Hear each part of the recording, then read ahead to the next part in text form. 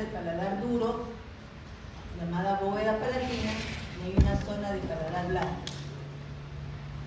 Entonces, la cavidad propiamente dicha es la parte de la cavidad que está por detrás de los dientes. Esta es la zona que vamos a tratar ahora, la cavidad palatina. ¿Sí? Ya. O sea, cuando vemos así, abrimos acá. Bueno, aquí se abre la boca y lo que se está viendo es la lengua principalmente, pero si nosotros elevamos un poquito más, vemos acá la región palatina, que es la que vamos a tratar de esta de acá, la región del paladar duro. ¿Sí?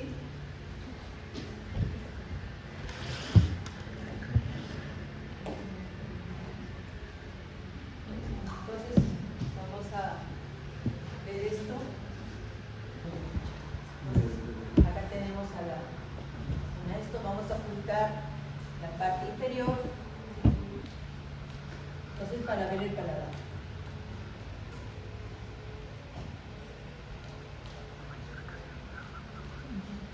En esta zona del paladar duro, si nosotros lo vemos abriendo la boca, de la parte inferior hacia arriba, tiene 4 planos. En el primer plano, acá deberíamos ver acá nosotros una mucosa, que lamentablemente no se puede ver esa mucosa. He tratado de ponerlo hace rato. No se puede ver esa mucosa. Es una mucosa que cubre a toda la región palatina.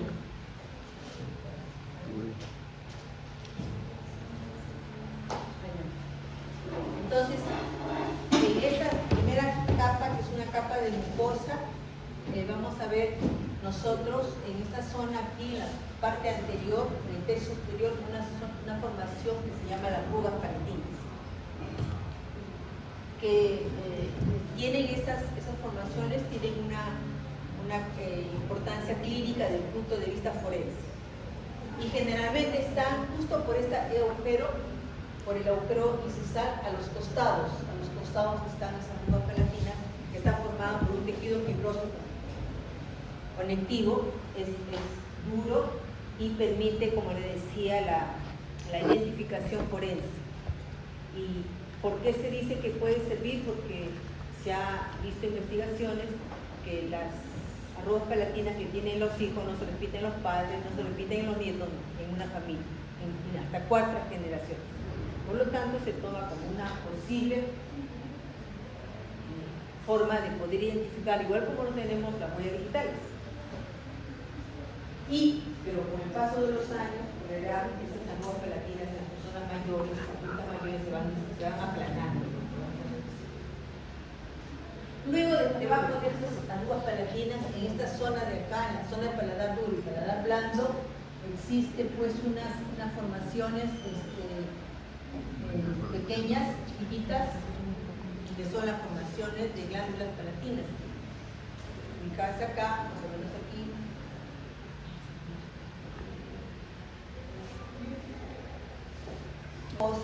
Hay unas formaciones pequeñitas arrecimadas que vienen a ser las glándulas palatinas. Esas glándulas palatinas están ubicadas desde el tercio o un tercio posterior. Todo abarcan y mayor cantidad o más numerosas son en el paladar blando. ¿Por qué le menciono? Porque la mucosa que está en el paladar duro, a diferencia de la mucosa que está en el paladar blando, tiene otra coloración, clínicamente. Cuando uno revisa al paciente, tiene otra coloración. La mucosa que está tapizando a esto tiene una mucosa rosada, ligeramente roja. En cambio, la mucosa que está en el paladar blando es una mucosa enrojecida con color amarillento, porque en esta zona del paladar blando hay mayor cantidad de glándulas palatinas. Aquí hay menos. Pero en ambas regiones hay las glándulas palatinas, que son las que se segregan y van a dar la humedad a nuestro paladar. Y la tercera capa es la que vemos aquí, la capa de tejido óseo. La capa de tejido óseo es formado por estos huesos que estamos viendo acá. El paladar, aquí tenemos los 2 huesos unidos, que son las apófisis palatinas del maxilar superior, unidas por la sutura media, y acá la porción horizontal del hueso palatino. Este es el apófisis palatino. De un lado se une con el otro y forma una sutura intermaxilar. Y cuando se une con las suturas, con los huesos acá, las porciones horizontales de este hueso palatino, esta porción horizontal, esta de acá, se une con la otra, ya conforman, ustedes ven, una sutura en cruz llamada sutura cruciforme. Al final de esta fusión, está la espina nasal posterior. Y detrás de esta, en la mucosa, cuando uno ve en el paciente, se ve una hendidura, dos puntitos, que son las foveas palatinas. Esas foveas palatinas que están justamente al costado de eso, delimita, cuando dice el paciente abre la boca, levanta, permite que de aquí para allá todo esto es fijo y de acá para acá es móvil. Y además no delimita esas foveas palatinas, delimita cuando colocan una prótesis total, que esa extensión de la prótesis no puede pasar más de allá, porque está construyendo la salida de las glándulas palatinas. ¿Sí? Bueno, entonces aquí, en esta zona de aquí, vamos a ver un tejido mucoso, fibroso, ese tejido mucoso diferente al de acá. Primeramente, clínicamente, los colores ya les he dicho, pero funcionalmente diferente. ¿Por qué? Este tejido fibroso, histológicamente con otra composición, es un tejido que resiste la fricción, la presión. Resiste, por ejemplo, cuando uno come algo caliente, la mucosa palatina lo resiste. Lo que no lo resiste el paladar blando. O sea, resiste la fricción y la presión durante la masticación. Es una mucosa resistente, igual muy parecida a la mucosa que está aquí también en la parte vestibular. Esta zona palatina además tiene por encima de esta otra mucosa, o sea, este es el tercer plano, y el cuarto plano sería la mucosa que está por encima, que corresponde ya a la región nasal. Si yo sigo acá, continúo aquí, en esta zona de acá, aquí, esta parte de aquí sería esta parte de aquí, las dos partes serían la parte del techo de la bóveda palatina. Y la mucosa que está acá es una mucosa distinta a la mucosa que está en la bóveda palatina, porque ahí no resiste pues la presión y la presión. Es una mucosa de tipo respiratorio. Entonces tenemos 4 planos: mucosa inferior o palatina, capa glandular, glándulas palatinas accesorias, el tejido óseo formado por los dos huesos que acabo de mencionar y esta cuarta que está arriba. ¿Sí? Ahora, en esta zona de aquí vamos a ver cuando se fusiona, ya lo hemos visto cuando hemos hecho también un hueso, ¿qué sucede? Que se forman agujeros. ¿Sí?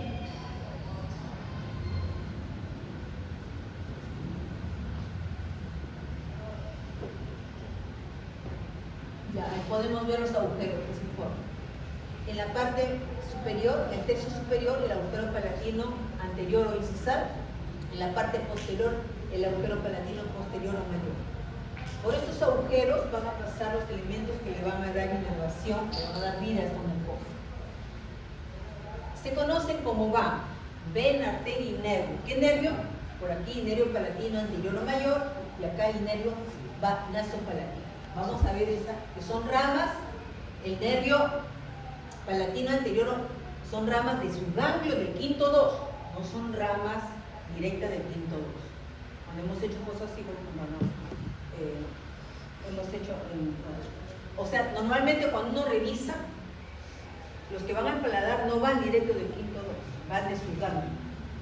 Y los nervios palatinos salen del ganglio del quinto 2, del ganglio periférico. Vamos a ver este nervio que vamos a buscar acá. Vamos a buscar ahorita para que puedan ver.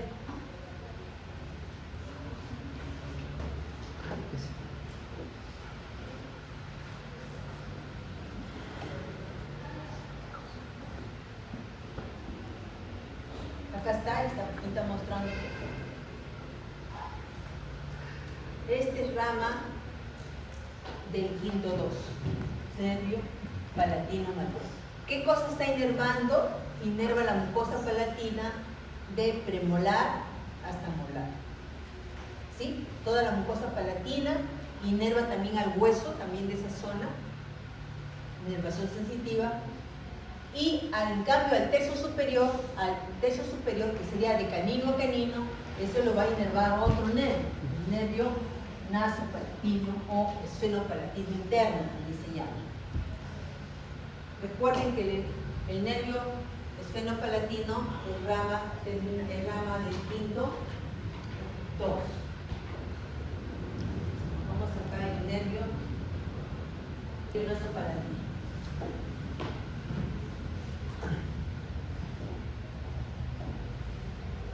Miren, observen que aparece, ¿por qué? ¿Por qué aparece por la zona del tabique nasal? Porque este nervio, cuando se origina en el fondo de la fosa pterigo-palatina, sale por el agujero seno-palatino, baja por el tabique nasal y aparece luego en la zona anterior. Este nervio es rama del nervio esfenopalatino, porque el nervio esfenopalatino da dos ramas. El esfenopalatino interno, o llamado nasopalatino, y el esfenopalatino externo. El esfenopalatino interno, que están viendo acá, es el que inerva el tabique nasal. Luego aparece, vamos a continuar acá, vamos a darle la vuelta, y aparece saliendo por este agujero, ahí lo ven chiquitito está, por el agujero incisal o agujero palatino anterior. Y entonces el palatino posterior, ¿ven? Esta arteria palatina es rama de la maxilar, que hemos visto en la región cigobática, ¿sí? Esta arteria palatina, igual que el nervio, solamente vasculariza de premolar a molar. Pero a diferencia del nervio, esta sí hace un surco, se nota acá un surco bien marcado, forma en la bóveda palatina, porque esta arteria palatina es una arteria muy desarrollada, muy gruesa, muy voluminosa. Y entonces hay que tener cuidado para cuando se hace alguna cirugía en la zona del paladar. Entonces el cirujano tiene que tener en cuenta que está pegado justo en la parte del reborde alveolar palatino. Y cuando se hace una disección, un corte, para hacer una gingivectomía, para hacer un colgajo palatino, se tiene que tener en cuenta esto, porque si se corta se lesiona, entonces todo lo restante que queda va a quedar sin irrigación, se va necrosando, ¿sí? Y la otra arteria es la que sale por acá, que es pequeñita, que es la arteria también esfenopalatina, igual, también vasculariza el tercio anterior de la región palatina. Ya en estas zonas de acá, que son los agujeros palatinos accesorios, por acá salen las arterias que van a ir a vascularizar más a la zona del paladar blando, que prácticamente no es área de clínica donde el odontólogo trabaja. El paladar blando, pues el otorrino, pero debemos saber que de acá salen las arterias palatina menor o accesorios que van a la zona del paladar blando.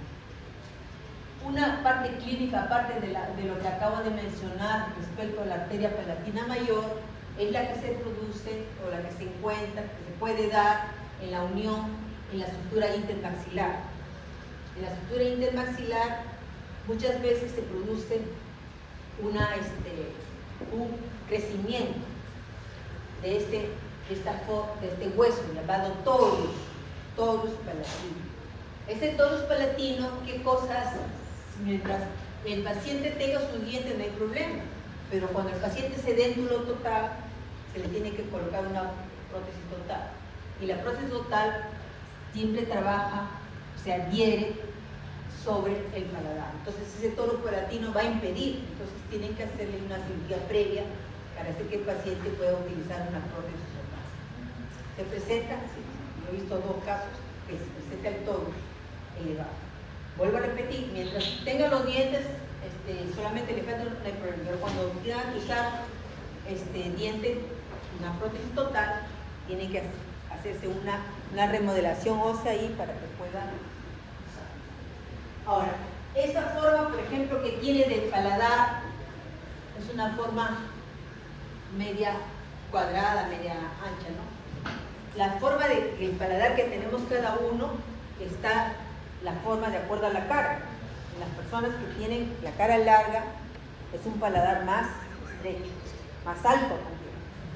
En las personas con cara ancha o bracocefálico tienen un paladar más ancho, en cambio el otro más delgado. Ahora, este paladar también puede ser modificado por algunas alteraciones. Por ejemplo, las personas que tienen una respiración bucal, entonces paran con la boca abierta y entonces el paladar se hace más estrecho, más ojival. Y esa respiración es porque se pone así, porque al entrar el aire, solamente acá la que está en la parte posterior, que son las amígdalas, parte de los adenoides, crece y le obliga a tener la boca. Los adenoides le impiden que tenga una respiración normal, entonces están con la boca. Eso respecto, ¿qué más? Bueno, en la zona de aquí, en la zona del agujero palatino anterior o incisal, hay una papila palatina elevadita. A los costados están las arrugas palatinas, pero aquí en la zona hay una zona palatina. Ubicar esa papilita es importante para poder, por ejemplo, si clínicamente yo quiero anestesiar toda la zona del tercio anterior, no vamos a poner la punción en cada uno, sino voy directo ahí y bloqueo troncularmente al nervio nasopalatino. Es una formación, un reparo anatómico importante. Si se quiere bloquear al nervio palatino anterior, mayor bloqueando todo esto también. La parte clínica es que yo tengo que ir a la altura de la primera o de la segunda molar, a mitad de ella voy a encontrar el agujero palatino, dependiendo pues, si tiene primera, si tiene segunda, si tiene tercera. Generalmente es a distal de la última, vamos a encontrar, por ejemplo en este caso está a distal de la segunda. Entonces ahí vamos a encontrar y se bloquea con una sola punción a toda la zona de la hemimaxilar, hemipalatina. No va a estar bloqueando en cada sitio. ¿Por qué? ¿Y por qué aquí generalmente, clínicamente es doloroso? Porque no duele, sí duele. ¿Me va a doler? Mentira. ¿Por qué? Porque debajo de esta mucosa ya no hay músculo. Entonces cuando uno funciona, automáticamente choca y duele. Entonces hay una zona que es mucho más, digamos, mucho más fijada al periósteo, al hueso, y hay otra zona que no. ¿Cuál es la zona que no es fijada al periósteo? La zona paramedial, la zona de generalmente cuando se pone ahí no le duele mucho, cuando se pone acá sí. ¿Por qué? Porque esa zona es más elevada, o sea, es más depresible. Y por eso en esas zonas también se van a producir en algunos casos, por ejemplo, hay un absceso, no por vestibular, sino por palatino, se produce un flemón ahí. No sé, acá se ve una zona que permite, ¿por qué? Porque la mucosa no está adherida fuertemente. En cambio, ¿dónde está adherida fuertemente? En la zona pegada a los dientes y en la zona media, pero en la zona paramedial no. Esa es la parte clínica que quería hacer. ¿Alguna pregunta? Y vamos a hablar acerca del paladar blando, ¿sí? Entonces, en la cavidad bucal, el paladar se considera el techo de la cavidad bucal, ¿sí? Y va a estar separando por abajo a la cavidad bucal y por arriba a las fosas nasales. El paladar también tiene en su descripción dos grandes partes: el llamado paladar duro, bóveda palatina, y el llamado paladar blando o velo del paladar. Si queremos ponerlo en tercios, los 2 tercios anteriores del paladar corresponderían al paladar duro y el tercio posterior al paladar blando. Y justamente de él es que vamos a hablar. ¿Qué es el paladar blando? Podemos decir que es una estructura anatómica que está ocupando el tercio posterior del paladar y que va a tener movilidad, obviamente, va a moverse, ¿sí? Está constituida por un núcleo de músculos cubiertos por una mucosa. En la boca cerrada, como la tenemos ahorita, el paladar se dispone en forma vertical, separando por adelante la cavidad bucal y por atrás, digamos, la orofaringe. Pero si deglutimos, ¿qué va a pasar? Pues la posición del paladar blando va a cambiar y se va a hacer horizontal, de tal manera que el bolo alimenticio, producto de la masticación, pueda ser deglutido. Entonces, al horizontalizarse, el paladar blando ahora va a separar por arriba a la nasofaringe y por abajo a la orofaringe, evitando que la comida vaya a las fosas nasales. Entonces puede tener esa movilidad. Bien, como habíamos dicho, el paladar blando tiene un núcleo interior de músculos cubiertos tanto por el lado bucal anterior como por el lado nasal posterior por una mucosa. Entonces, veamos a los músculos. Destaquemos a las estructuras musculares. Para eso lo vamos a poner en esa posición lateral. En el paladar blando vamos a tener 5 pares de músculos. ¿Sí? O sea, quiere decir que habrá 5 hacia la derecha y 5 a la izquierda. De esos músculos van a haber 2 músculos, o sea, 2 pares, que se originan a nivel de la base del cráneo y que luego van a llegar hacia donde está el paladar blando. Entonces, veamos. ¿Cuáles son esos 2 músculos que se originan a nivel de la base del cráneo? Pues vamos a tener a ese que viene a ser el tensor del velo del paladar, antiguamente conocido como periestafilino externo. ¿Sí? Es el tensor del velo del paladar. El tensor del velo del paladar se origina en la fosa escafoidea, que está en la parte superior de la apófisis pterigoides, visto posteriormente, una vista posterior. Tiene otro lugarcito más donde se origina, pero lo destacamos eso, la fosa escafoidea. Desde ese punto, el músculo se dirige hacia la parte inferior y anterior. ¿Y qué va a ocurrir con ese músculo tensor del velo del paladar?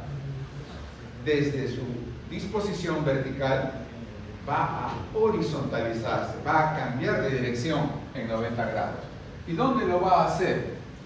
Si recordamos nuestras clases, la lámina pterigoidea medial, en su borde más inferior, tenía una pequeña excrescencia, una llamada apófisis fusiforme o gancho.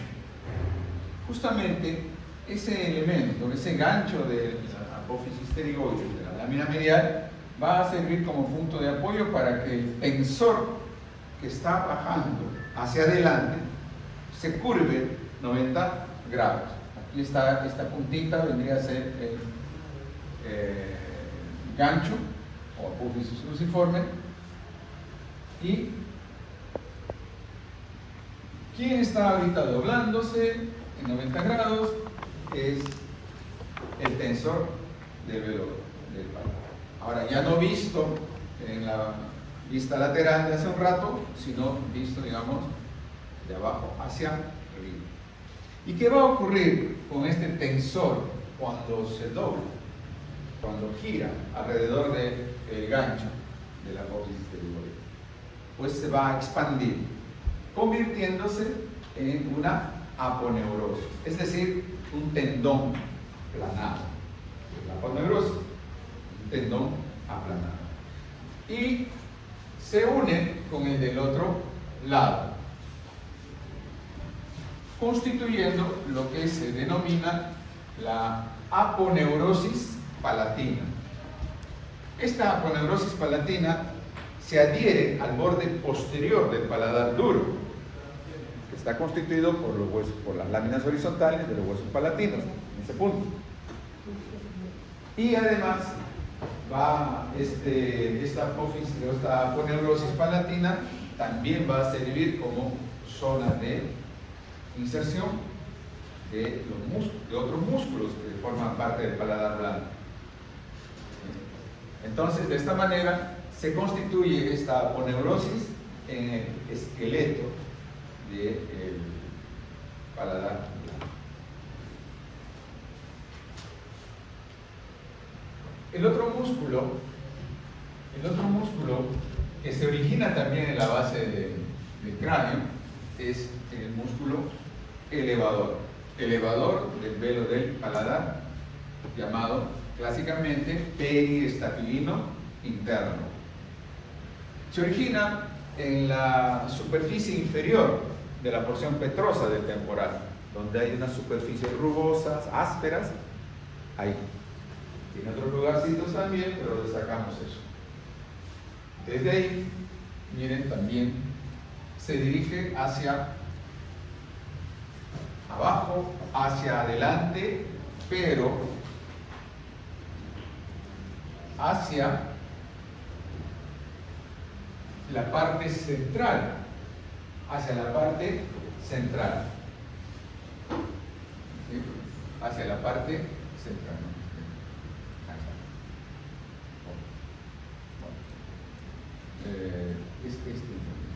Hacia la parte central, de tal manera que viene así, insertándose en la aponeurosis palatina, en la cara superior, pero también entremezclando sus fibras, las del lado derecho con el del lado izquierdo. O sea, es como una V, ¿sí?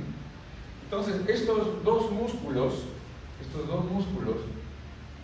que se originan en la base del cráneo, el tensor y el elevador del velo del paladar, en conjunto, pues lo que hacen es que el paladar blando ascienda, se horizontalice y permita la deglución, separando por arriba la nasofaringe y por abajo la orofaringe, evitando de que el alimento se vaya hacia las fosas nasales.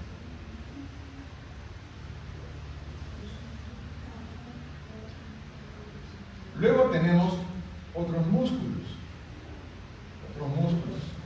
Por ejemplo, vamos a tener aquí a estos dos músculos, uno que está hacia adelante y otro que está hacia atrás. Tenemos a ese músculo, que es el músculo palato-gloso. Ya nos dice, ¿no? Paladar, lengua, palato-gloso. Se origina justamente en la aponeurosis palatina, la cara inferior de la aponeurosis palatina. Y desde ahí las fibras se van hacia abajo, hacia adelante y hacia afuera, o sea, hacia lateral. ¿Y dónde se van a insertar? ¿Dónde se va a insertar? Bueno, en la lengua, en el borde lateral de la lengua.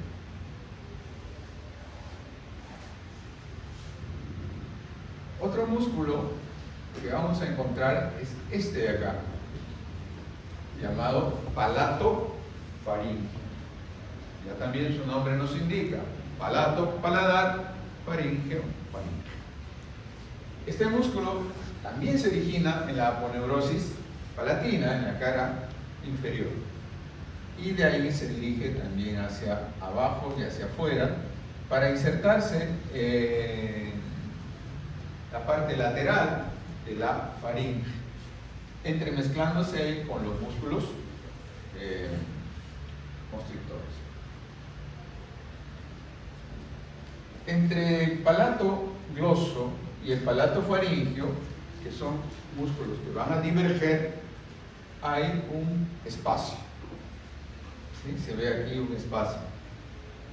Ese espacio va a denominarse va a ser parte de lo que es la fosa tonsilar o fosa amigdaliana, donde va a ubicarse la amígdala palatina, que son las dos amígdalas que vemos en la parte posterior cuando abrimos la boca. Y justamente ahí se pueden ver los dos, una especie de elevaciones constituidos por estos músculos. Se les dice arco palatino anterior o palatino posterior, pero están conformados por el palato gloso, el anterior, el palato faríngeo, el posterior. Y finalmente el otro músculo que se destaca dentro de los músculos que constituyen el paladar blando está el músculo de la úvula.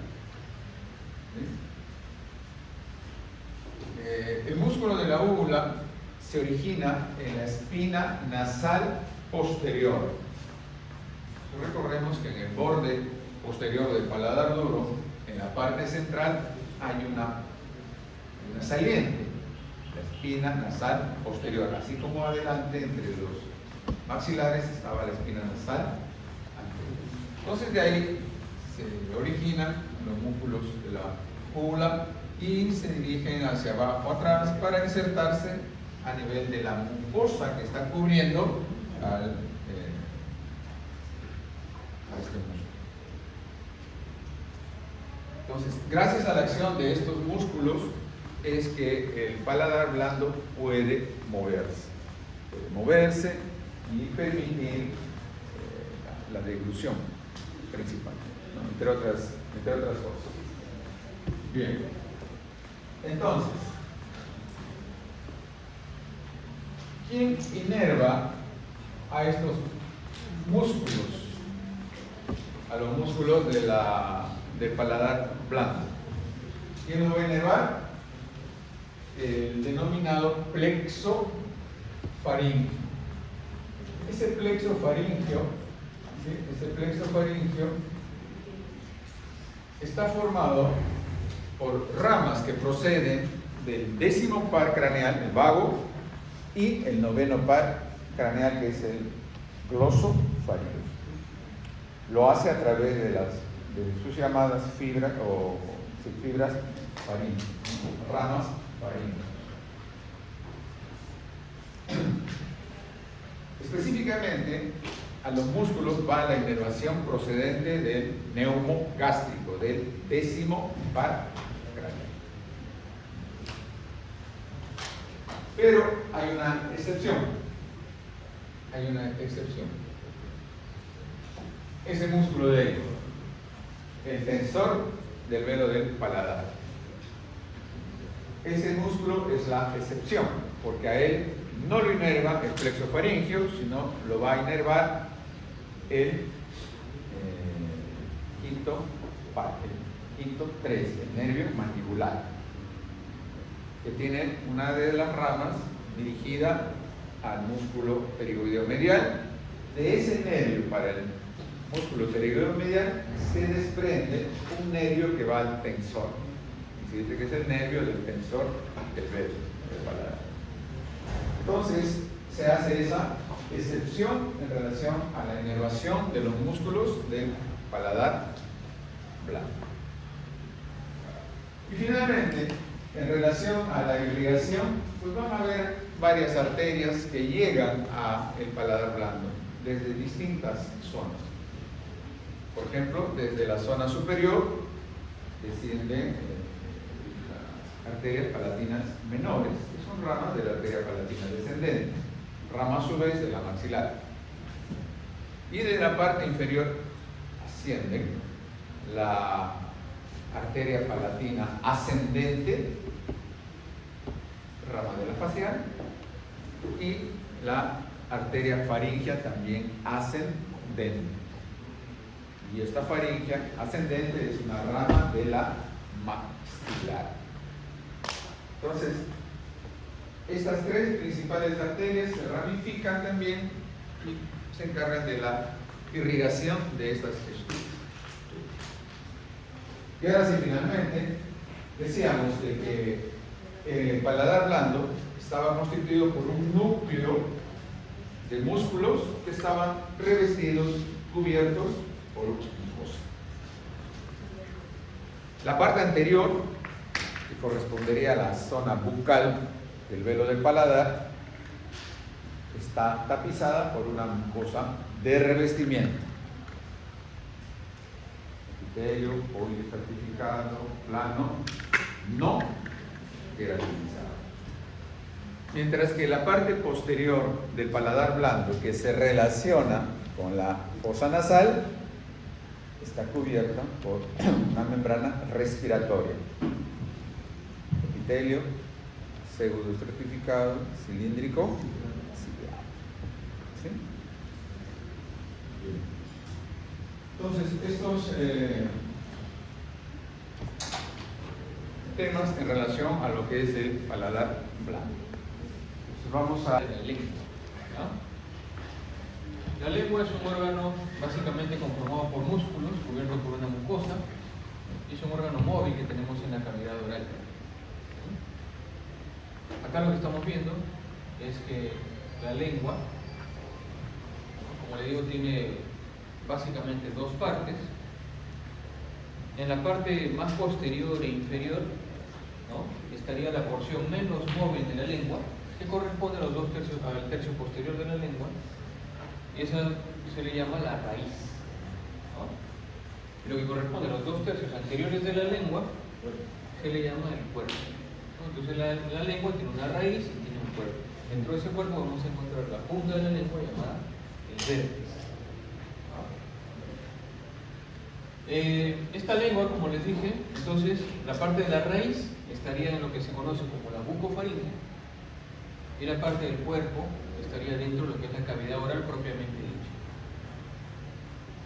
Está recubierto por una mucosa, ¿no?, que se diferencia tanto en la parte dorsal como en la cara ventral, porque en la cara ventral es una mucosa fina que se inserta hacia el piso de la boca y le limita la movilidad de la lengua, como vemos acá, una inserción hacia el piso de boca. Incluso hacia la parte anterior vemos de manera muy notoria una inserción mucosa que se le conoce como frenillo lingual. Este frenillo lingual.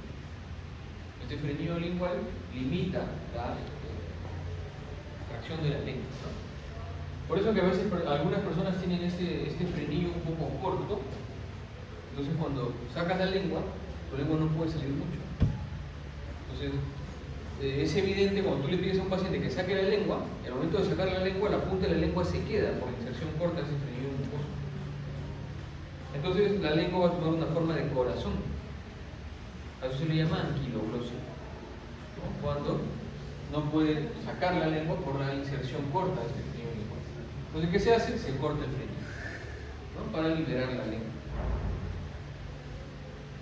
La parte inferior, la parte del piso de boca y todo eso lo va a hablar el doctor Castro.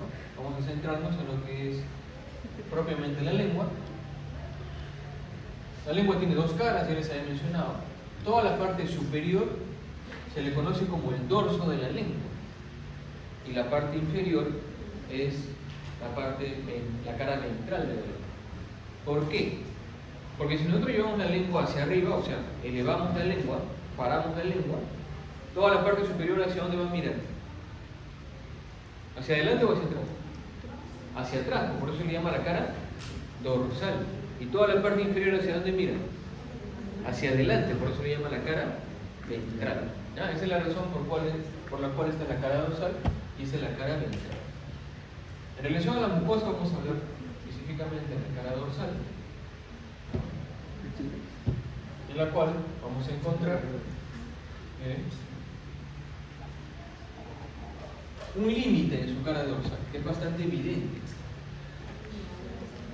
Ese límite se le llama surco terminal.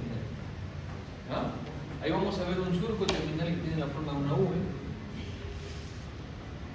que me divide los 2 tercios anteriores de la lengua del tercio posterior de la lengua. Entonces ahí tengo el surco terminal. En el vértice de este surco terminal normalmente encontramos un pequeño agujero que se le conoce como el agujero ciego. Por ahí, en algún momento, pasó ¿quién?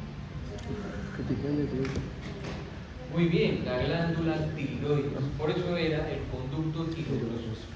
¿Ah? Si este conducto quedara permeable, o sea, si no se llegara a cerrar, puede crecer un quiste que se llama el quiste tirogloso, ¿no? Entonces normalmente este conducto tirogloso termina cerrándose y se le conoce como agujero ciego, porque siempre va a quedar un pequeño foramen.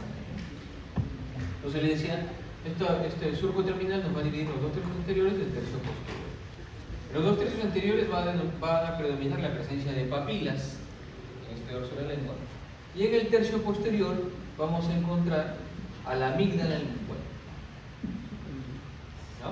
Acá está la amígdala lingual, que es tejido linfático, ¿no es cierto? Un tejido de protección. En la lengua vamos a encontrar 3 tipos de inervación: motora, sensorial y sensitiva. Voy a comenzar por la sensitiva, ¿no? Cada una es diferente, ¿está claro? No comparten la misma inervación, cada una va a ser diferente. Por ejemplo, comenzando por la inervación sensitiva, y acá a veces hay confusiones, ¿no? En cuanto a la inervación sensitiva, desde el surco terminal hacia adelante, todo va a estar inervado por el nervio. ¿Qué nervio? Del surco terminal hacia adelante, o sea, los 2 tercios anteriores de la lengua. ¿Función sensitiva qué es? ¿Qué vas a sentir? Si me muerdo la lengua, me duele, ¿eso es sensitivo o sensorial? Sensitivo, ¿no es cierto? Ya. Entonces, esa sensación de dolor por morderme la lengua, ¿qué nervio me proporciona esa sensación? Lingual. El nervio lingual.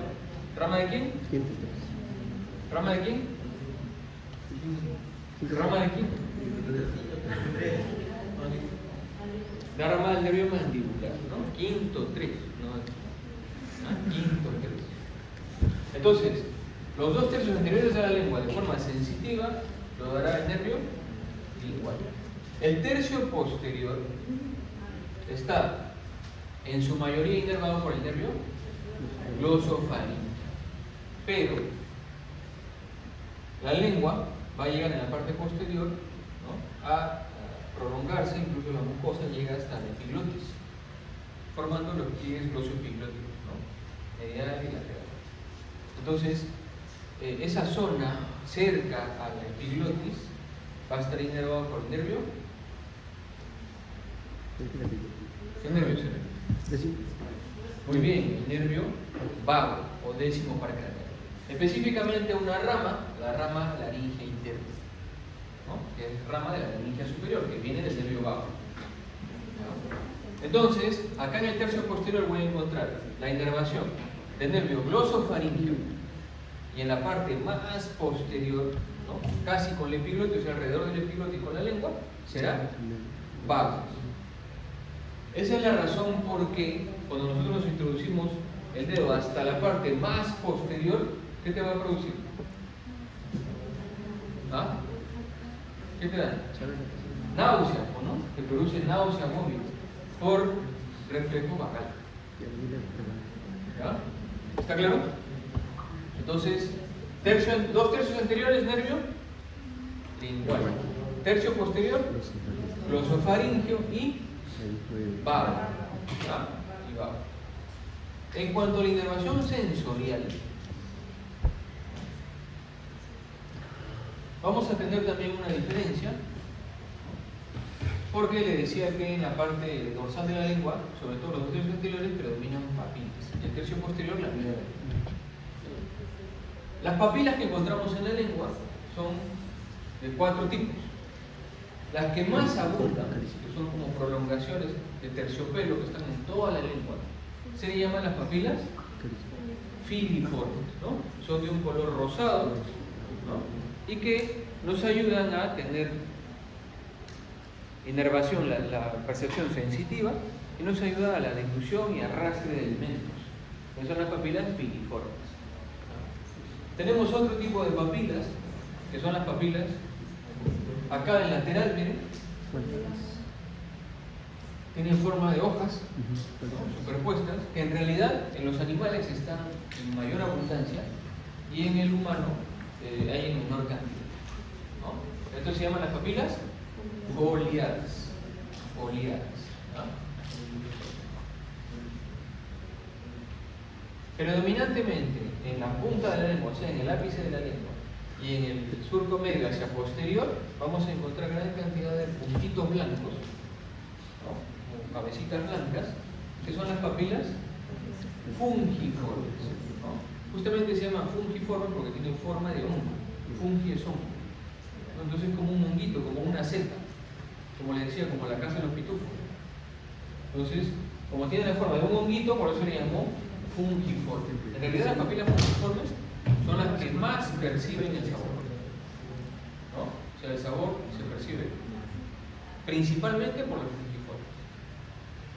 Y tenemos por último estas papilas, ¿no? Miren, que están en disposición del V por delante del surco terminal, que son las papilas circunvaladas, antes llamadas caliciformes, ¿no? Entonces tienen una disposición en forma de V, ¿no? Por delante, perdón, del surco terminal. Ahora, la inervación sensorial de la lengua cambia, ¿ya? Por eso acá no se confundan sensitivo con sensorial.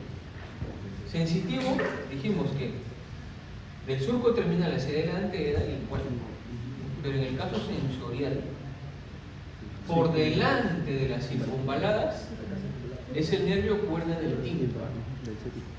¿Ah? El nervio cuerda del tímpano, ¿rama de quién? Del facial, ¿no? Que llega a través del nervio lingual. O sea, el nervio cuerda del tímpano se mete en el nervio lingual y por ahí llega hacia la parte anterior de la lengua, pero no inerva a las circunvaladas. ¿Ah? O sea, el nervio cuerda del tímpano no le da inervación a las papilas circunvaladas. De las papilas circunvaladas hacia atrás, la inervación sensorial le corresponde al glosofaringeo. Entonces acá hay una discrepancia, ¿no?, entre el lingual y el cuerda del tímpano, ¿no? Y más bien el glosofaringeo sensitivo va de acá atrás y sensorial va de acá hacia atrás. ¿Está claro? Ahorita vamos a hablar de la inervación motora. Para hablar la función motora de la lengua tendremos que hablar de músculos en la lengua, ¿no? Entonces vamos a ver músculos en la lengua. Hay dos grupos musculares.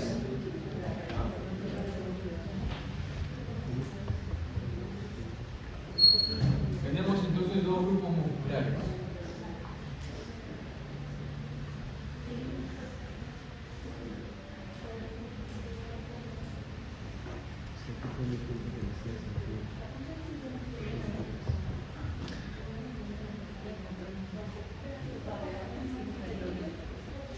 Y los músculos intrínsecos de la lengua, ¿no? Músculos extrínsecos y músculos intrínsecos de la lengua. Extrínsecos porque vienen de afuera hacia la lengua, intrínsecos porque están dentro de la misma lengua, ¿no? Los extrínsecos son 4 pares. Vamos a hablar primero de los extrínsecos. Se supone que acá está el hueso llamado mandíbula, ¿no? Entonces en la mandíbula vimos que había unas espinas superiores e inferiores, conocidas como las apófisis génitas, ¿no?, superior e inferior. De lo que vendrían a ser las apófisis génitas superiores sale un músculo que va hacia la lengua, toda la lengua en forma de abanico, ¿no? Por lo tanto se llamará geniogloso, pues va de la apófisis génita hacia la lengua. Geniogloso, músculo geniogloso. Este músculo geniogloso tiene 3 porciones. Una porción central, acá en medio, ¿no? Una porción superior, que es también anterior, y una porción inferior, que es también posterior, ¿no? Esas porciones permiten hacer diferentes movimientos en la lengua. Ojo que este es un músculo par, ¿no? O sea, el derecho e izquierdo. La porción anterior y superior nos va a ayudar a deprimir la punta de la lengua, a bajar la punta de la lengua. La porción central nos ayuda a contraer la lengua en la parte del surco central, deprimir la lengua en el surco central, ¿no? Y la porción posterior nos ayuda a más bien protruir la lengua. Cuando actúa de manera individual, ¿no?, un lado del músculo, por ejemplo, hacen que la lengua se vaya de manera contralateral, ¿no? pero cuando actúan ambos a la vez, permiten que puedas sacar la lengua y bajar la punta de la lengua. Este músculo genio-gloso estará inervado por el nervio hipogloso. ¿Qué par craneal es? 12º par craneal, conocido como hipogloso. Luego tenemos un músculo, miren. ¿Cómo se llama este hueso? Yoides, ¿no? Acá tiene el asta mayor o cuerno mayor, astas menores y el cuerpo. Entre el asta mayor y el cuerpo del yoides se dirige hacia la lengua, hacia los bordes laterales de la lengua. Se llamará el yoides en la lengua iogloso, el músculo iogloso, ¿no? Si yo contraigo este músculo, yo jalo este músculo, así, ¿qué va a pasar con la lengua? Si yo jalo, retrae la lengua, lleva la lengua hacia atrás. Entonces es la función del músculo iogloso, ¿no? Retraer la lengua. ¿Quién lo inerva? El nervio hipogloso. ¿Ah? Entonces miren, este es el músculo iogloso. ¿Está claro? ¿Qué será esto de acá? Apófisis estiloides, ¿no es cierto? Esa es la apófisis estiloides. Y se está yendo hacia el borde lateral de la lengua. Entonces, ¿cómo se llamará ese músculo? Estilogloso. ¿No? Fácil, pues, fácil de la anatomía. Estilogloso. ¿No? Como ven, ¿no? Se está yendo hacia los lados de la lengua. Entonces, si yo contraigo ese músculo, ¿qué va a pasar? Si está yendo hacia los lados, hago contracción, enrosca la lengua y deprime el surco central. O sea, quiere decir que el estilogloso junto con el geniogloso nos ayudan a hacer como una cuchara para el alimento, como hacen los perritos para tomar su agua, ¿no? Entonces el estilogloso nos ayuda a enroscar la lengua junto con el geniogloso, permite sacar la lengua, enroscarla y formar como una cuchara, ¿no? Con la lengua. ¿Está claro? ¿Quién lo inerva? Hipogloso. Y acá tengo otro músculo que ya lo mencionó el doctor William. Va del paladar blando, ¿no? Desde la poneurosis del paladar blando hacia la lengua. ¿Cómo se llamará? Palatogloso. ¿Ya? Este palatogloso se mete y pasa entre los músculos intrínsecos de la lengua. ¿Ya? Si yo contraigo este músculo, ¿qué va a pasar? ¿Ven dónde está? ¿Qué va a ocurrir? Va a comprimir la lengua contra el paladar blando, ¿no? Eso hace que nosotros, ¿no? podamos hacer una compresión, imprimir el paladar blando y elevar la parte posterior de la lengua. Entonces cerramos ahí la boca, pero por la parte posterior, no hay una compresión, ¿sí? Hay un cierre en la parte posterior de la cavidad.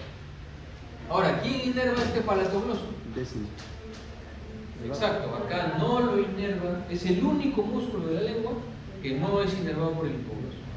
Lo inerva el 10º paro bajo. ¿Ah? Entonces el músculo palatogloso, ¿sí? Comprime a la lengua contra el paladar. ¿Está claro? Ahora vamos a ver los músculos intrínsecos. Los músculos intrínsecos. Acá, por ejemplo, estamos viendo dos, un impar y un par. Uno está hacia arriba y otro está hacia abajo. Los dos tienen la misma disposición, ¿no? El que está más superficial es el único impar, ¿cómo se llama? ¿Cómo se llama? El único músculo impar de la lengua, ¿cómo se llama? Cuerpo impar. ¿Ah? Ya les he dicho que para el grano solamente hay 20. Por favor, ya no quiero más inscritos ya. Como la úvula. Longitudinal superior. El músculo longitudinal superior. Ya, acá no hay úvula. El músculo longitudinal superior, ¿no?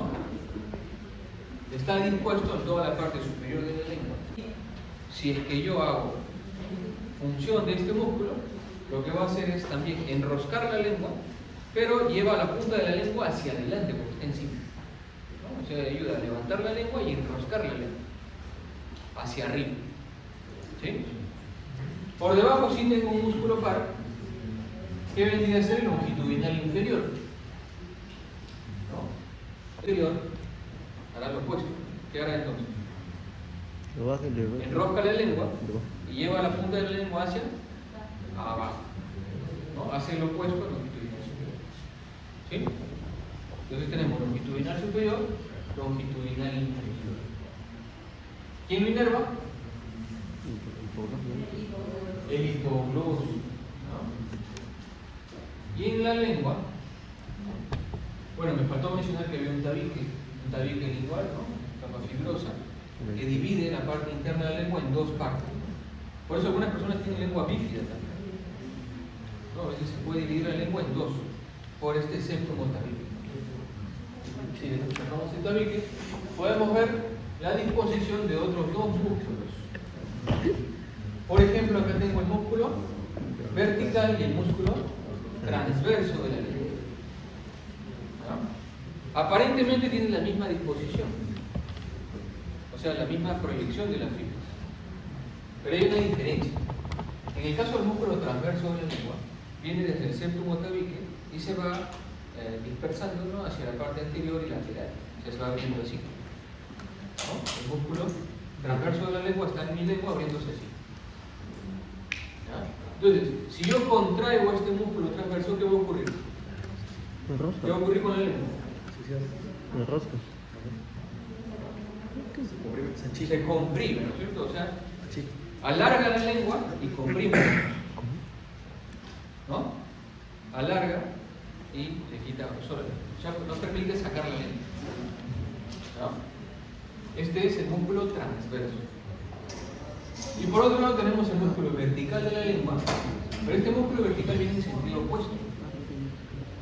O sea, viene la mucosa, la parte dorsal de la lengua, por debajo de la mucosa, hacia lo que vendría a ser toda la parte inferior, ¿no?, de la lengua. Entonces, si yo contraigo este músculo vertical, ¿qué va a pasar con la lengua? Se contrae el músculo, la lengua se aplana, ¿no? Va a aplanar y engrosarla, porque está aplanando. ¿Está claro?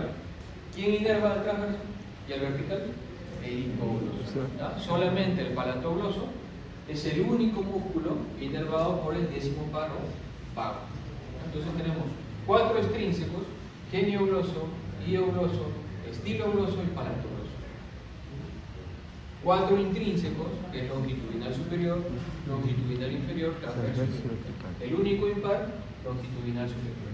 Algunos lo mencionan como par, ¿no? Pero en este caso estamos diciendo que es impar.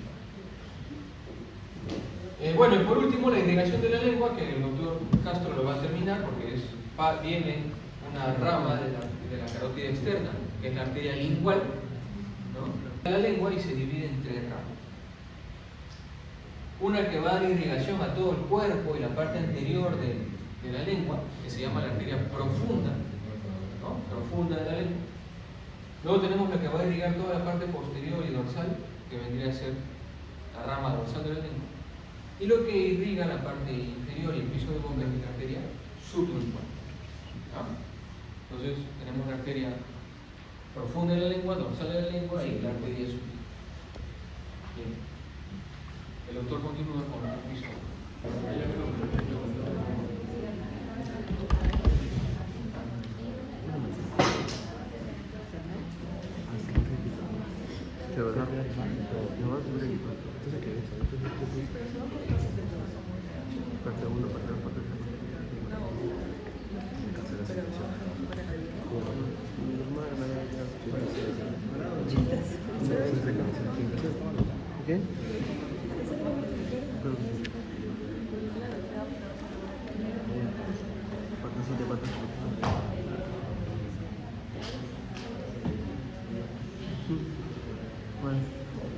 Ya, bien, jóvenes. Voy a hablarles sobre la región sublingual, del piso de la boca, tengo que hablarles, ¿ya? Y primero recordamos algunas partecillas que ya imagino que conocen, Y por ejemplo, si me acerco por acá, No, yo no. si pinto esta línea, a ver quién me ayuda y me dice cómo se llama esta línea que está acá. Uy, ni idea. Línea, correcto, línea miloidea. ¿Cómo se llama la fosa que se forma acá? Fosa sublingual. Esta es la submandibular. Submandibular. Muy bien. ¿Cómo se llama este hueso que está acá? Hueso hioides. Hioides, ese es el nombre. Hioides. Es el único hueso que no se articula con otro en el cuerpo. Está ahí suspendido por músculos y por ligamentos. ¿Cómo se llama esa parte de la mandíbula? A ver, ¿cómo se llama esa parte de acá? Todo esto. ¿Cómo se llama esta parte de la mandíbula? Todo esto, toda esta parte de acá. Cuerpo. ¿Y esta parte de acá? Rama. Muy bien. Con esto entonces quiero decirles que la región del piso de la boca está formada por, es un espacio que está entre el cuerpo mandibular y el hueso hioides. Y está constituido sobre todo por tejidos blandos. Y hay un músculo que está en este piso, que es considerado el músculo principal, que es el que me va a dividir a este piso de la boca en dos zonas. Pero primero voy a seguir de acá, voy a buscar a este músculo que se llama el miloideo. Coloco acá, borro, pongo miloideo,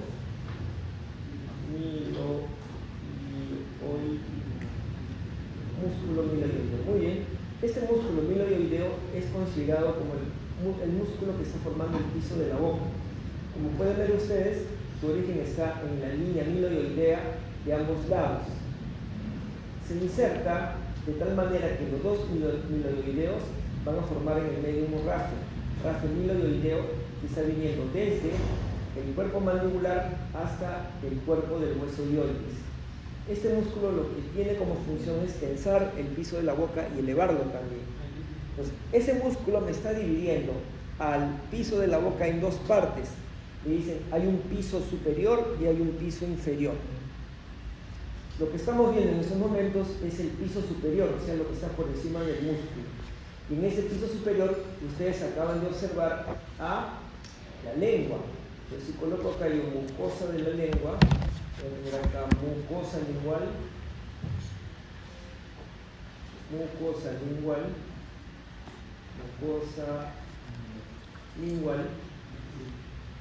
ahí está, mucosa de la lengua.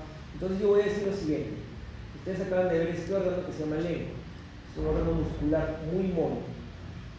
El piso superior del piso de la boca, o la parte superior del piso de la boca, tiene tres regiones.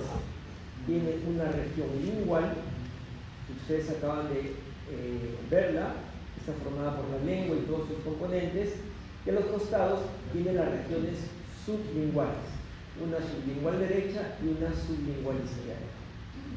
Entonces, vamos a ver cuáles son los límites de estas regiones sublinguales. Repito, el piso de la boca tiene un piso superior o parte superior, constituida por la región lingual y por las regiones sublinguales. Como ya hicieron la región lingual, yo voy a encargarme de explicar la región sublingual. Esa región sublingual tiene unos límites. Estos están dados de la siguiente manera. En primer lugar, el límite medial, unos músculos que ustedes acaban de observar. Uno de ellos es el músculo genio. ¿Cuántos músculos genios hay? Genio, gloso, y el otro, ¿cómo se llama? Genioideo. Genio, gloso y genioideo.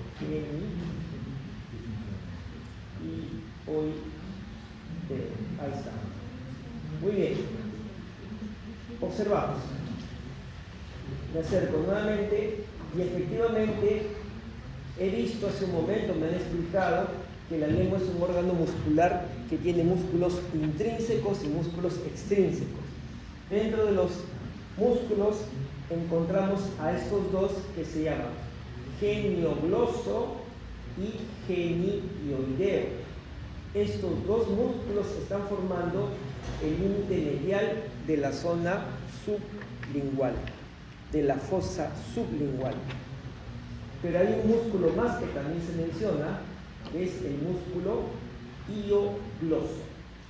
El nombre iogloso, ¿a qué se refiere, creen ustedes? Iogloso.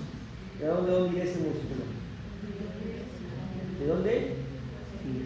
Del hueso hioides hacia gloso es lengua, ¿no? Entonces va el hueso hioides a la lengua. Y efectivamente estamos observando en estos momentos que esta pared interna está formada por músculo geniogloso, músculo genioideo y el músculo iogloso. Efectivamente, estos tres músculos forman una pared. La parte anterior de la pared formada por el geniogloso genioideo y la parte posterior de esa pared interna formada por el músculo iogloso. Por lo tanto, estamos observando la pared interna de la fosa sublingual. La pared externa, ¿quién la forma? Aquí estoy viendo. ¿Cómo se llamaba esa fosa que está acá? ¿Qué nombre recibía? Fosa sublingual. ¿Por qué se llama fosa sublingual? Por la glándula salival mayor llamada sublingual, justamente. Luego tiene un piso. El piso es esta zona que está acá, que se llama el músculo miloioideo. Y tiene también un techo. Pero para observar el techo, vamos a colocarlo acá. Para observar el techo tendría que hacer lo siguiente. Cuando ustedes observan la encía, que es este tejido que está cubriendo, rodeando la raíz dental, esta encía es una parte que está fija, no tiene movilidad. En cambio, la mucosa de la lengua sí tiene movilidad. Este es móvil. Entonces, hay un surco que está limitando a esos elementos. Surco gingivolingual se llama. Este surco gingivolingual es el límite superior de nuestra región que estamos estudiando, que es la región sublingual. Entonces, ya tengo los límites de ese espacio y el nombre me dice, si dice región sublingual, ¿qué glándula salival mayor encontraré? La glándula sublingual. ¿Qué función tiene la glándula salival? Dígame alguien que quiere participar, dígame una función. Glándulas salivales, dígame una función. Produce saliva, ya saben. Dígame una función de la saliva. Autoclisis. Con capacidad alcalina produce la remineralización. Remineralización. Buffer. ¿Qué cosa es buffer? Amortiguador. ¿Cómo es eso? ¿Qué amortigua el peso? ¿Qué hace salival, no? ¿Qué pasa cuando tú ingieres alimentos? ¿Qué pasa?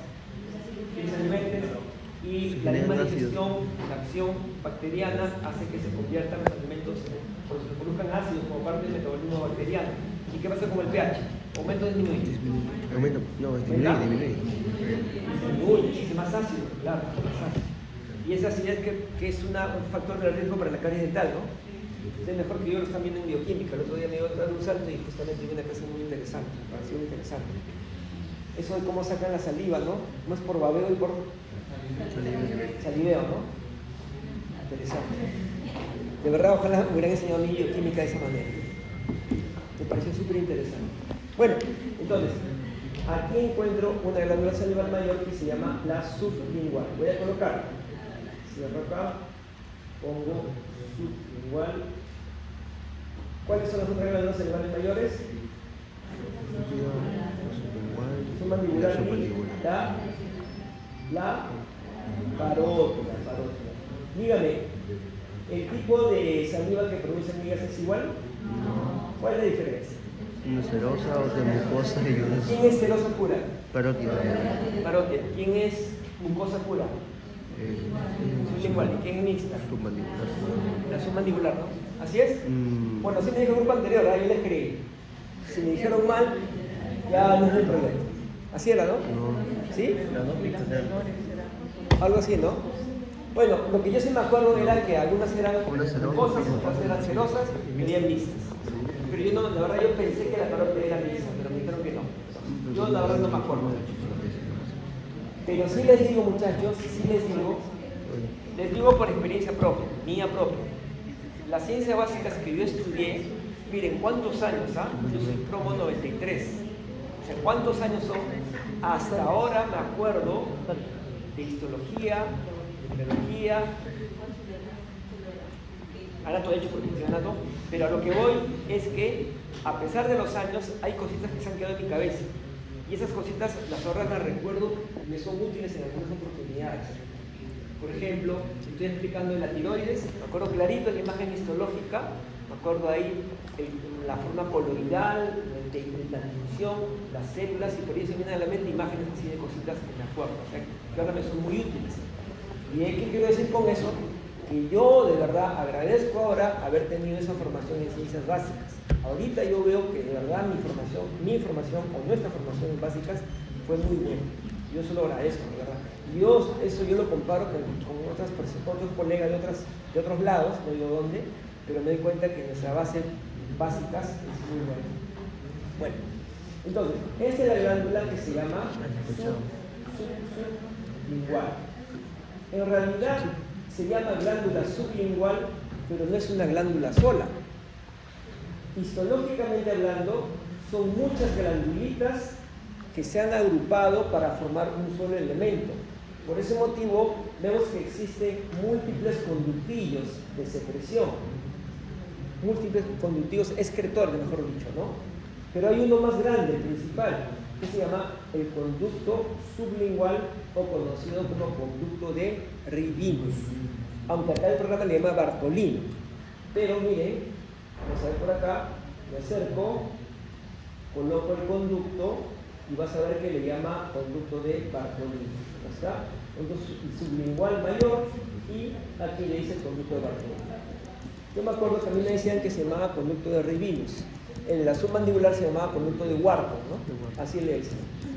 Bueno, lo cierto es que este conducto principal y estos conductivos accesorios van a desembocar en el piso de la boca, justamente, que es lo que estamos observando. Y eso es lo que quería mostrarles, ¿no? Esa imagen que está acá, bueno, ojalá pueda cargar, que esa no lo pueda cargar.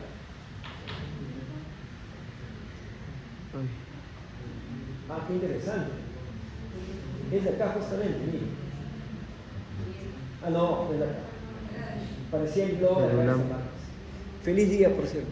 Uy. Todos los sanmarquinos estamos alegres hoy día. Un aplauso para nuestra universidad, por favor.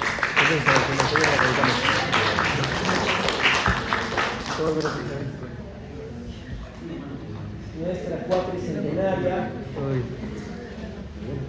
¿Van a ir a la verbena hoy día? Mañana, perdón. ¿No? La de verde. ¿La de ayer fueron? Ricardo. ¿Fueron a la de ayer? ¿Quién fue la de ayer?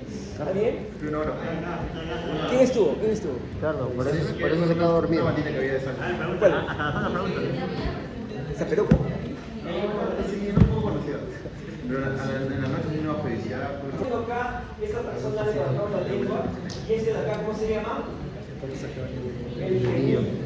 A los costados tenemos esas elevaciones que se llaman canúnculas linguales. Ahí justamente desemboca el conducto de las dos glándulas mayores, que son la sublingual y la submandibular. La sublingual, el conducto sublingual o de Rivinus o de Bartolino, como en el programa, y el conducto submandibular, el conducto de Wharton. Pero acá al costadito, acá hay unos pliegues, se llaman pliegues sublinguales. Aquí justamente es donde están desembocando también los demás conductos de la glándula sublingual.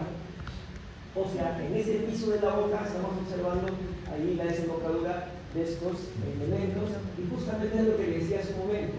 Este surco que está acá, acá está la encía, que es la parte fija, y acá está la parte móvil del tejido blando. Este se llama surco gingivolingual. Constituiría el techo de esta región sublingual. Muy bien, ¿qué más tenemos que observar nosotros? Ya tenemos entonces la glándula salival mayor, llamada glándula sublingual. Pero hay algunos elementos más. Para hablar de esos otros elementos, quiero mostrarles que existe acá un espacio que está formado por el músculo hiogloso y el músculo miloideo. Este intersticio, este espacio, se llama hiato hiogloso miloideo. Y lo menciono porque en ese espacio es que vamos a encontrar algunos elementos que están dirigiéndose hacia la región sublingual. Vamos a ver cuáles son estos elementos en estos momentos. El primero que voy a mostrarles corresponde a esa glándula salival mayor, que es de la que hemos estado hablando, que es la glándula que se llama submandibular.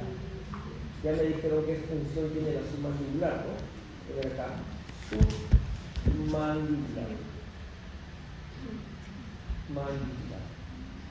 Glándula submandibular, acá está. Derecha e izquierda. Muy bien.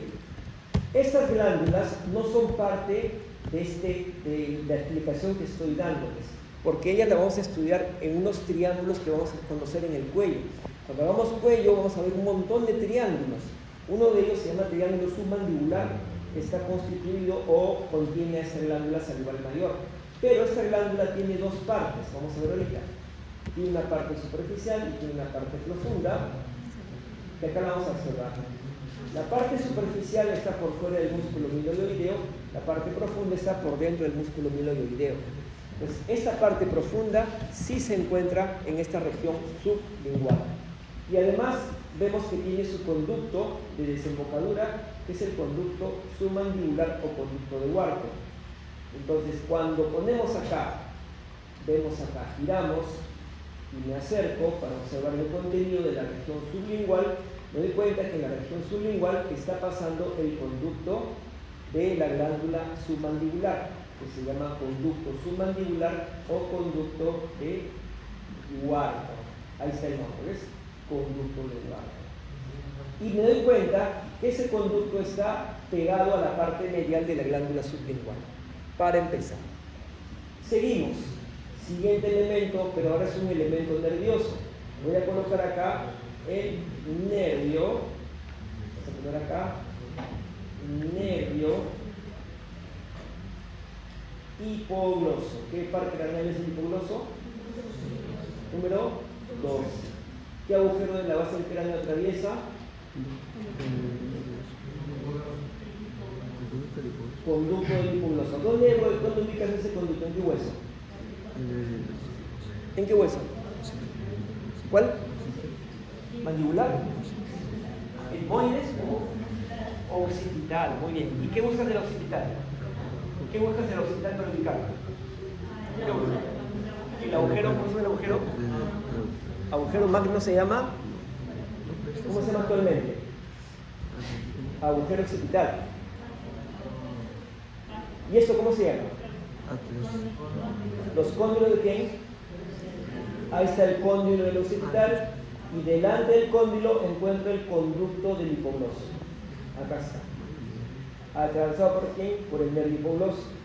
¿Cómo le llamaban los antiguos? Conducto condilio anterior. ¿Cómo se llama ahora? Conducto del hipogloso. Ese nervio hipogloso, entonces, ¿qué función cumple en la lengua? Se los he explicado que mocha, así que no va a decir que no sabe. ¿Quién lo haga? ¿Motor de quién? De todos los músculos de la lengua, ¿no? Correcto, excepto palatogloso, ¿no? Correcto. El nervio hipogloso es este nervio que desciende de la base del cráneo. Lo van a ver en el cadáver, que es fácil de reconocer porque desciende y hace una curva y rodea y da una vuelta a la arteria carótida común, a la carótida externa también, y va a ingresar por el hiato hiogloso miloioideo, como están observando. Voy a sacar esta glándula para que vean cómo se mete en ese hiato. ¿Ves? Está ingresando en el hiato hiogloso miloioideo para dirigirse a la lengua y para cumplir su función motora de los músculos de la lengua. Muy bien. Primer elemento nervioso. Segundo elemento nervioso, que sí lo conocen porque lo han visto en el cadáver, se llama nervio lingual.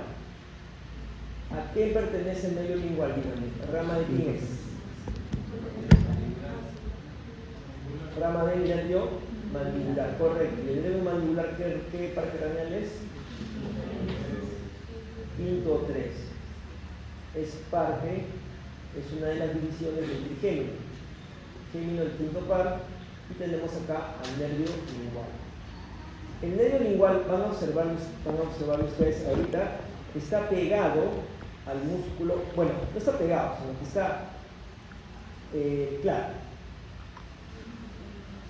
está pegado al músculo miloideo, el hipogloso era el que estaba en el espacio entre el miloideo y el hiogloso, ¿no? Eso es lo que tenía que decir hace un ratito, pero lo repito, lo vemos acá. El nervio, el hipogloso, está entre el músculo miloideo y el músculo hiogloso en la parte de abajo. Y pegado al músculo miloideo está el nervio que se llama lingual. Y también está en la parte medial de la glándula sublingual, como podemos observar en la imagen. Me cuentan, este nervio lingual, ¿qué función cumple? ¿Sensitiva de qué? De los 2/3 alrededor de la lengua. ¿Qué cosa es sensitiva? Dime un ejemplo de sensitivo. Dime un ejemplo. Dolor, morderse la lengua, te duele. ¿Qué más? Presión, ¿qué más? Temperatura, calor, frío. O sea, si yo le agarro la lengua a Ricardo, se la jalo y le hinco con un alfiler en la punta, te va a sentir dolor. Si agarro un hielo y le pongo a Valeria, perdón, le pongo un hielo en la punta de la lengua, va a sentir frío, también ese quien lo está informando, nervio lingual.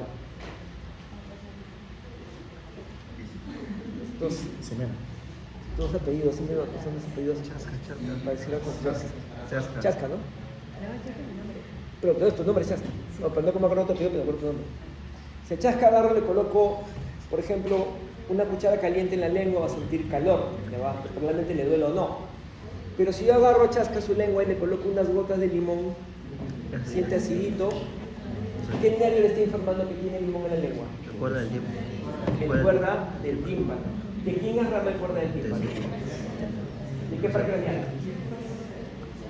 Del séptimo. ¿Y cómo viaja la lengua el cuerda del tímpano? Pegado al Se lingual. une al lingual. ¿Quieren ver cómo se une? Ahorita vamos a ver cómo se une. Mira, acá tengo el nervio lingual, está rama del quinto 3, y voy a poner por acá nervio cuerda del tímpano. Tenemos acá, tiramos cuerda del. Mira, vamos a ver si es cierto. Incluso en una muestra hay un cuerda del tímpano como se está uniendo al lingual, ¿no? Con mi mesa creo que lo vimos. ¿Quién es de mi mesa? No me acuerdo. Pero hay una mesa, una muestra. Ahí está clarito, mira. Fíjate, ahí está el nervio lingual. Acá está el lingual. Y mira cómo se le une el cuerda del tímpano. Pregunta, ¿por qué el orificio de la base del cráneo está pasando el cuerda del tímpano? ¿Por qué fisura de la base del cráneo? Ahí está la vista. ¿Qué fisura de la base del cráneo atraviesa el cuerda del tímpano? ¿Cómo se ve esa fisura?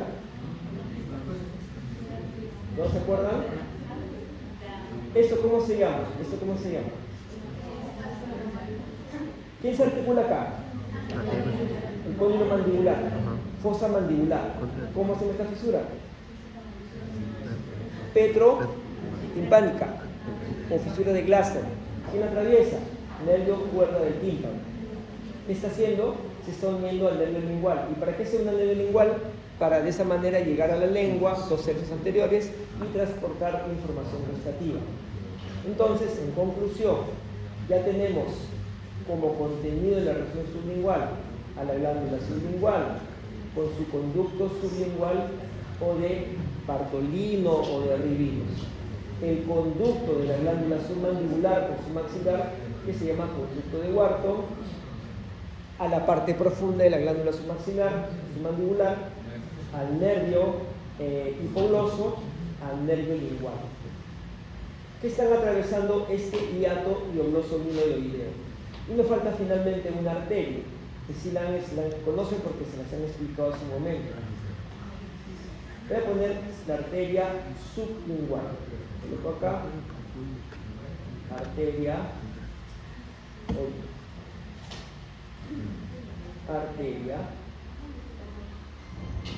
sublingual. Ahí está, sublingual, arteria sublingual. Muy bien, si yo me acerco ahí al espacio que se llama hiato hiogloso miloideo, Me doy cuenta que también está ocupado por la arteria sublingual, pero también está ocupado por su vena que lo acompaña. Si coloco acá venas, para que aparezca de frente, wow, ya está la vena sublingual, ¿no? Vena sublingual a arteria sublingual. Pregunto, ¿la arteria sublingual rama de qué es? ¿Directamente del maxilar? No.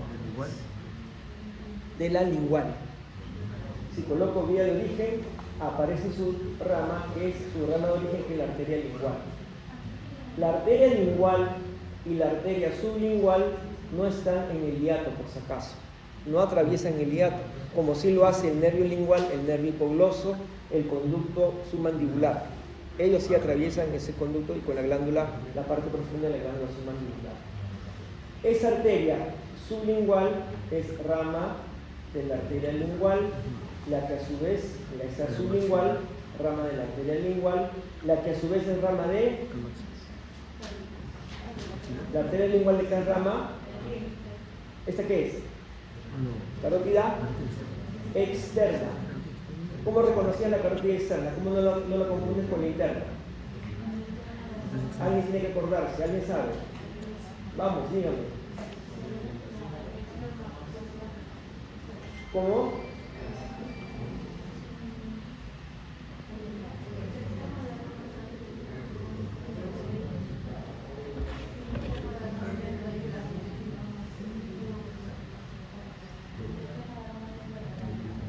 Ahí está la respuesta.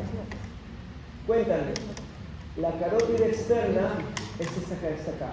¿Da ramas o no da ramas en el cuello? Por ejemplo, la arteria lingual.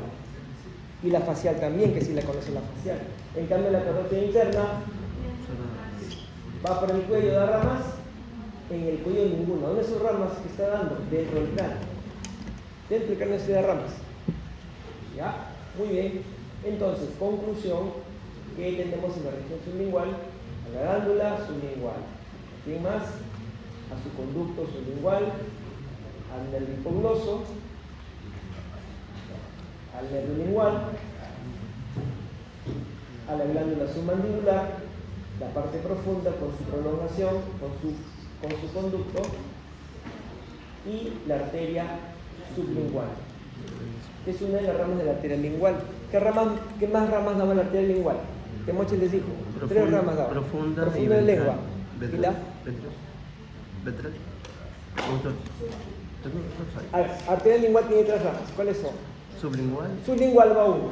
Profunda. Profunda de la lengua. Dorsal de la lengua. 3 ramas. Preguntas, chicos, preguntas. ¿Se entendió? ¿Se entendió a pesar del calor? ¿Sí? ¿Más o menos, Alessandra? ¿Sí? Estás con cara como que asustada. ¿Estás con sueño? ¿Por qué estás con sueño? Ha sido la verbena de irse. ¿No? ¿Qué has hecho ayer? ¿Trabajo? Ah, ¿estás chingando? Y hay varios que están trabajando, ¿no? Hay un compañero de ustedes, bueno, no sé quién, pero sí lo he visto que